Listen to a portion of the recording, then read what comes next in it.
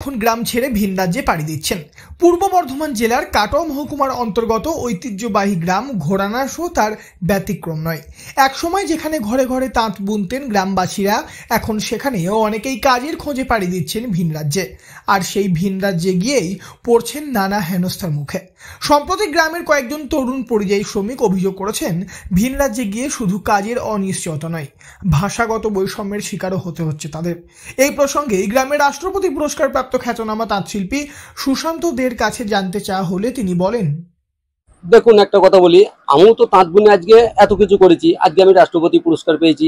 আমি কিন্তু তাঁতের উপরে নির্ভর করি, জিরো ব্যালেন্স থেকে শুরু করে যাই হোক তাঁত বুনে টুকটাক ব্যবসা করে এখনো পর্যন্ত বর্তমানে যাই আমাদের তাঁতে আছে, তাতে করে বাইরে যাবার মতন পরিস্থিতি নয়। বাইরে থেকে এসেও তারা যদি মনে করে যে আমরা তাঁত বুনবো, তাদের অবশ্যই সংসার আরামসে চলে যাবে, তাতে মনে হয় যেন কোনো অসুবিধা হয়। সুশান্তবাবু এখনও নিজের হাতে তাঁত বোনেন এবং তাঁর তৈরি কাপড় দেশ ছাড়িয়ে বিদেশেও রপ্তানি হয়। তিনি আরও জানান, বর্তমানে ঘোড়ানাশ গ্রামেই রয়েছেন বড় তাঁত ব্যবসায়ীরা, যাদের অধীনে শতাধিক তাঁতি নিয়মিত কাজ করেন এবং সংসার চালান। একসময় এই তাঁতের কাজ করেই সংসার চলত গ্রামের অধিকাংশ মানুষের।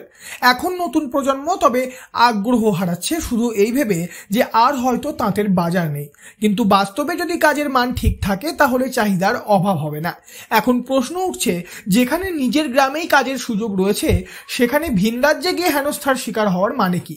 বিশেষজ্ঞরা বলছেন, এই পরিস্থিতির বদল দরকার মনোভাবের পরিবর্তন দিয়ে। তাঁতের মতো ঐতিহ্যবাহী শিল্পকে যদি আধুনিক বাজারের সঙ্গে সংযুক্ত করা যায়, তাহলে হয়তো অনেক তরুণকেই ঘরে ফেরানো সম্ভব হবে।